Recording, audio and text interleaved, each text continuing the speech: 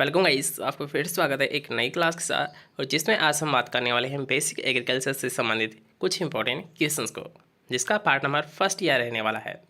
आज हमारी बहुत टाइम से क्लास हो नहीं पा रही थी, तो आज फर्स्ट क्लास रहेगी, इसलिए हम थोड़ा सा कम क्वेश्चंस को लेकर चलेंगे।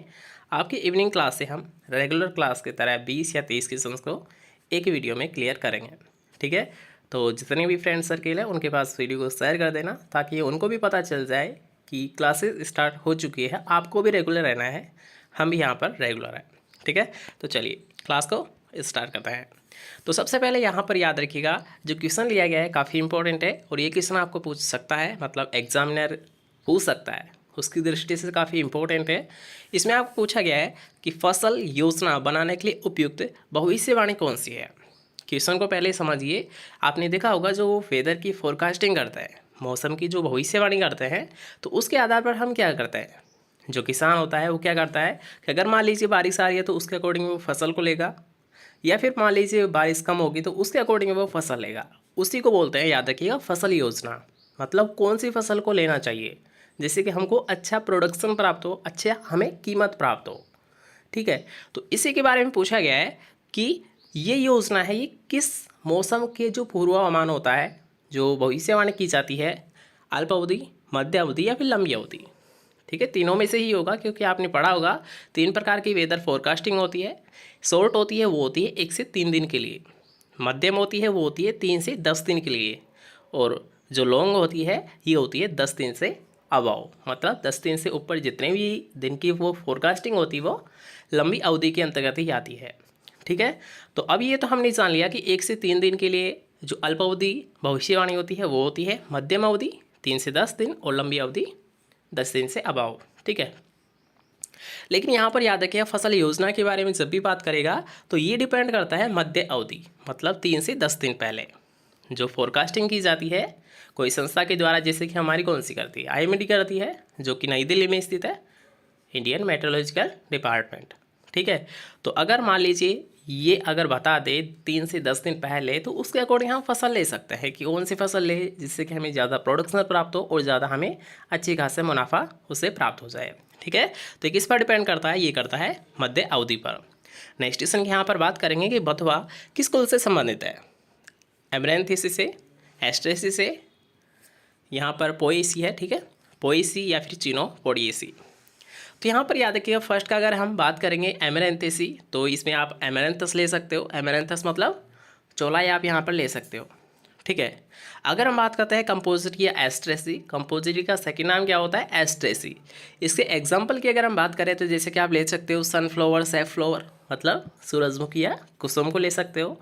अगर हम बात करते हैं चिनोपोडिएसी, तो बिल्कुल बथुआ किस परिवार से बिलोंग करता है, किस कुल से संबंधित है, ये चिनोपोडिएसी। इसलिए इसका राइट आंसर क्या हो जाएगा, चिनोपोडिएसी। ठीक है, याद रखना, आप यहाँ पर चुकंदर भी ले सकते हो या फिर आप बथुआ भी ले सकते हो। ओके, याद रखिएगा, ये दोनों ही चिनोपोडिएसी से संबंधित होते हैं। इसके अलावा याद रखिएगा, बथुआ का जो एक बोलते हैं ना देसी नाम, ये भी आपके वैसे सिलेबस में दे रखा है। ठीक है, जैसे कि मान लीजिए बोलचाल में जिसे हम कहते हैं, तो याद रखिएगा बथुआ को चीलवा के नाम से जाना जाता है। आपको पूछ सकता है कि चीलवा किसे कहते हैं, तो बथुआ को ही चीलवा के नाम से भी जाना जाता है। ठीक है, चलिए नेक्स्ट क्वेश्चन के यहाँ पर बात करेंगे कि आधुनिक भूपरिष्करण के जनक किसे कहते हैं। तो चलिए पहले ऑप्शन देख लेते हैं कि जेथरो टूल, पीटर डी क्रेसेंसी, जिम मैकचर्न या फिर मुसानो फुकोका।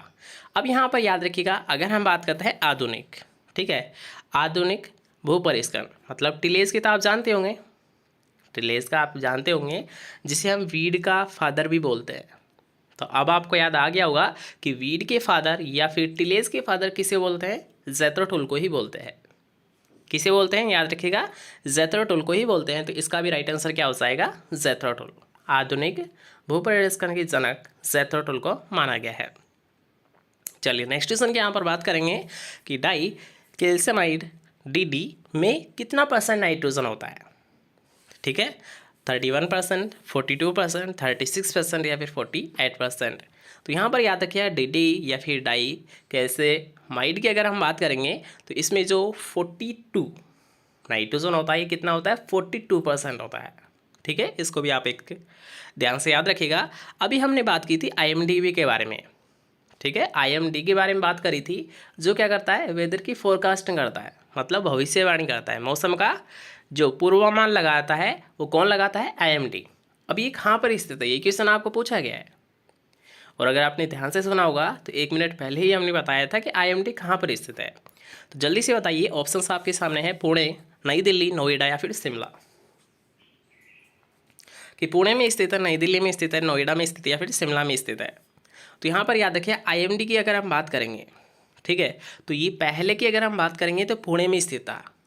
वैसे इसकी स्थापना याद रखिए 1875 में की गई थी, मतलब 1875 में इसकी एस्टेब्लिश किया गया था इसे, पुणे महाराष्ट्र में।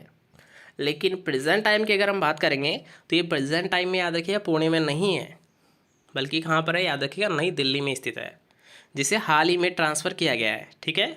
पुणे में अब ये स्थित नहीं है, नई दिल्ली में स्थित है। तो अगर आपको कोई पूछता है कि IMD कहाँ पर स्थित है, तो नई दिल्ली में स्थित है।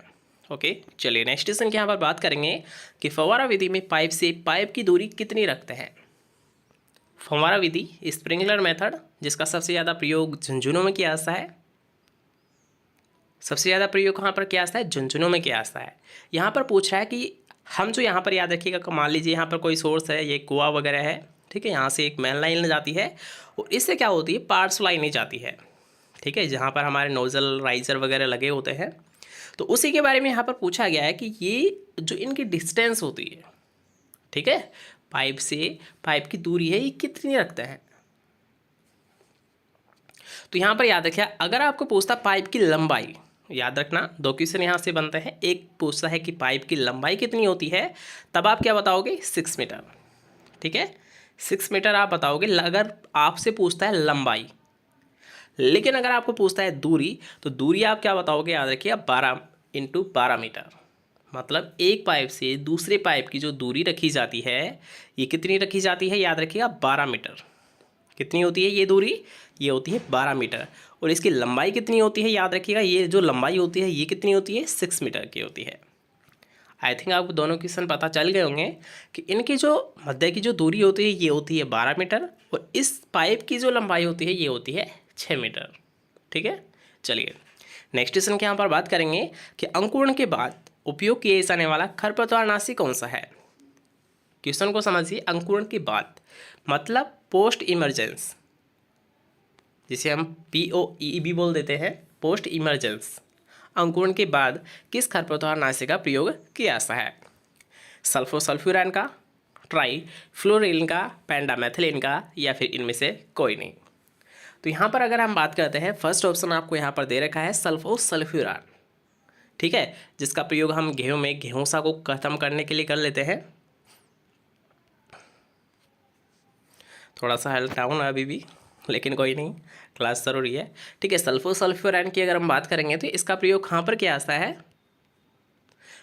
जो गेहूं में जो गेहूंसा होता है, जो कि नकल से खरपतवार होता है, तो इस गेहूंसा को नष्ट करने के लिए हम इसका प्रयोग करते हैं, ठीक है। और इसका प्रयोग किस तौर पर किया जाता है, याद रखिए पोस्ट इमरजेंस के लिए किया जाता है, मतलब अंकुरण होने के बाद में इसका प्रयोग किया जाता है, लगभग 30 से 35 दिन बाद में इसका प्रयोग किया जाता है, ठीक है।